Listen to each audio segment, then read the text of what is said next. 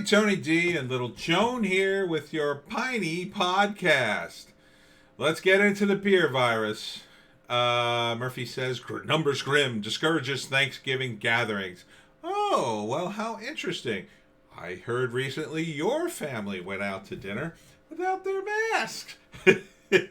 Although you were outside, and it was your family, but your family is older. I don't think they live at home. So that doesn't really count, does it? They are from different households. So F you and your rules, Murphy. F you. We're having Thanksgiving. I hope the rest of you have Thanksgiving. And F the governor.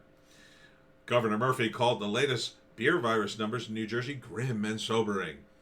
Oh, so sobering that he went out to dinner with his family and didn't wear a mask. Very sobering indeed. 4,000 new beer virus cases, the fourth time in 5 days. 4,063 cases, 27 additional fatalities. That is higher, but it's lower than from the other day when I checked it. And quite frankly, as a percentage, the rate is much lower because you got 4,000 cases and only 27 deaths. That means it spread and very few people died. That's less than 1%.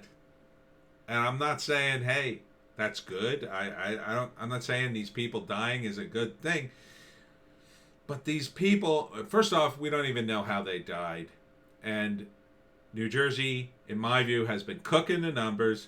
They've been digging back through the records and connecting anybody they can to the beer virus. And we all know this is happening. That people who die of something, and then they go back and, oh, you had the beer virus, boom. It's a beer virus that caused the death. That's what happens. But he's got balls of steel to ask people not to get together with their families, especially at this time of year. Are you trying to create mass suicides? Don't answer the question. I already know the answer. He joined with 6 other Northeast governors to urge all colleges and universities to make beer virus testing available to all residential students before they leave for Thanksgiving break. Any students returning home from the holidays should quarantine 14 days prior to departing school, finishing the quarantine at home if necessary. I don't. No.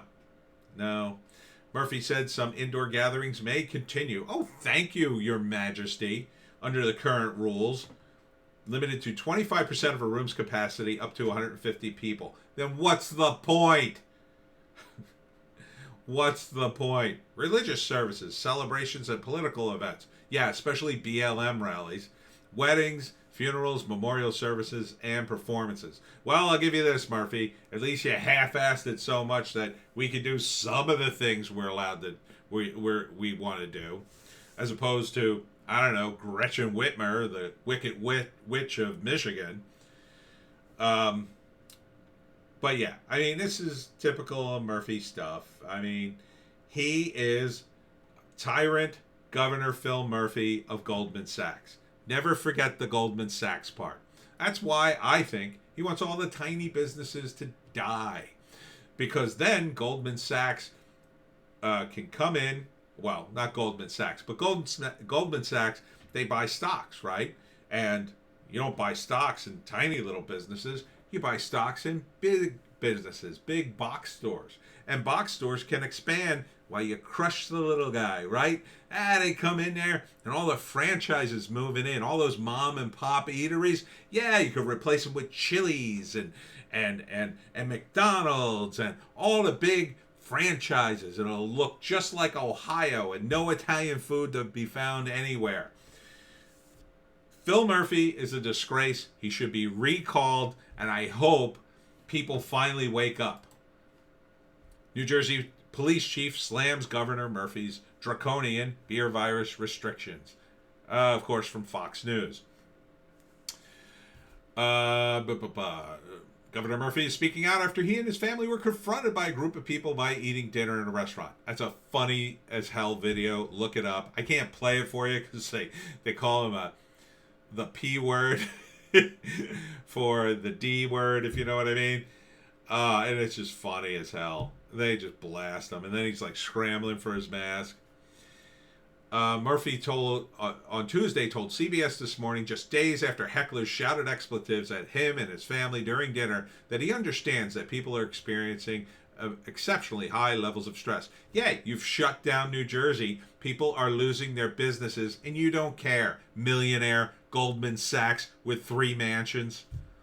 There's no reason we should have to be having a political discussion about whether or not you're wearing a mask. We were dining outdoors in the middle of our meal, he told morning show's co-host Gayle King. Murphy added that he and his wife have thick skins and could take it, but added, I prefer folks to be more civil and leave our kids out of this. Well, you went out in the public, you dumbass. Ugh. Just infuriating. Just infuriating.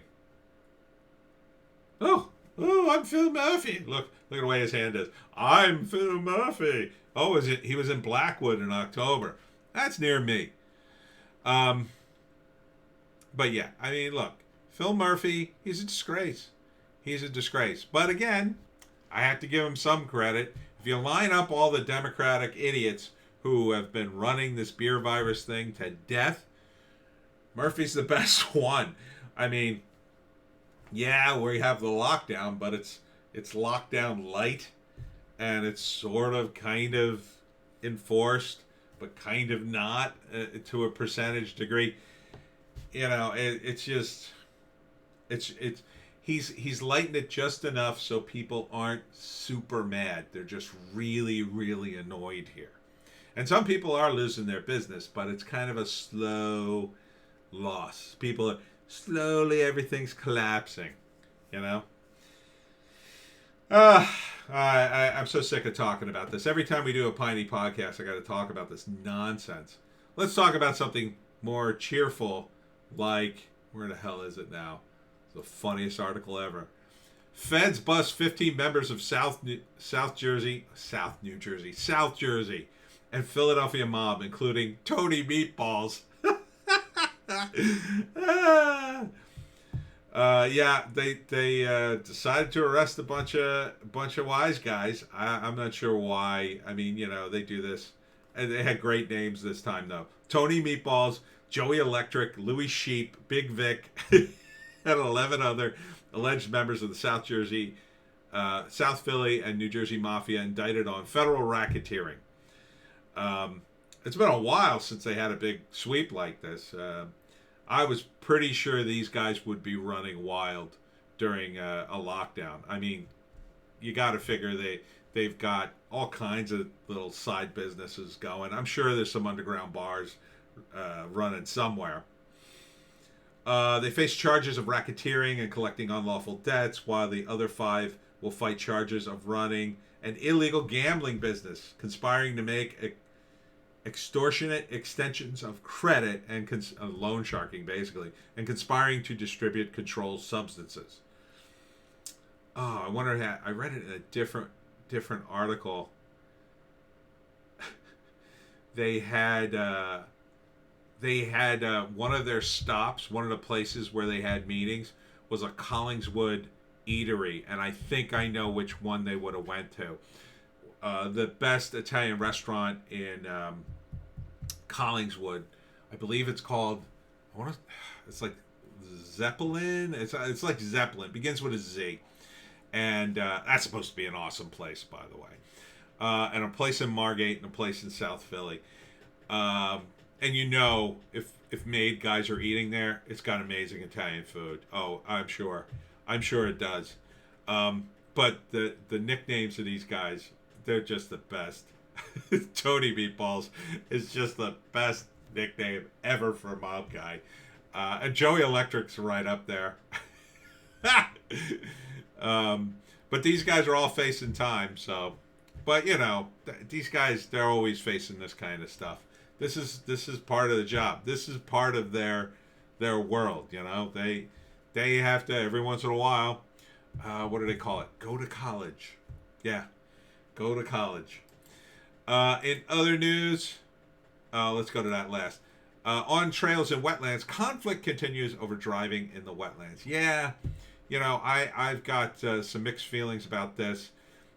There's a lot of four-wheeling back in the pines, and it does damage. It does damage to the pines, so, you know, you got to be careful. I think there should probably be some set areas where you could do this and not, you shouldn't be expanding the trail into the pinelands.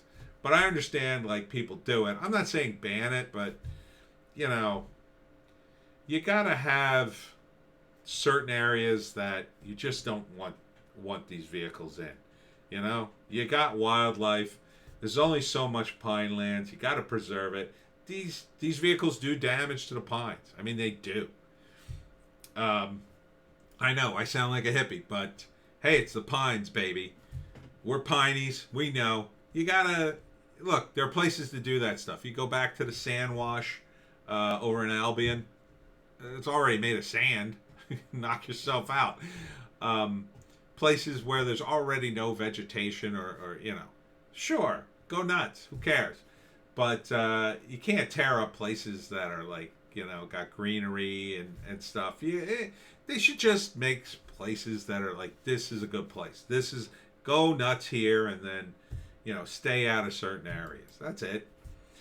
In South Jersey, this holiday season, food insecurity is its own epidemic. Well, no kidding. Thanks a lot, Phil Murphy. Coming back to him. So they're getting together and they're giving out food, as they do every year. But more and more people need food now. I mean, it's crazy. More people are going broke. They don't have jobs. The money's running out. But hey, maybe Biden will give you soft communism. Who knows?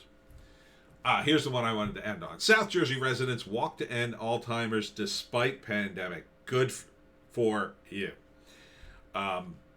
These people are marching despite the fact, or doing their walk, not marching, despite the fact there's a pandemic. They're doing something good, and thankfully nobody harassed them.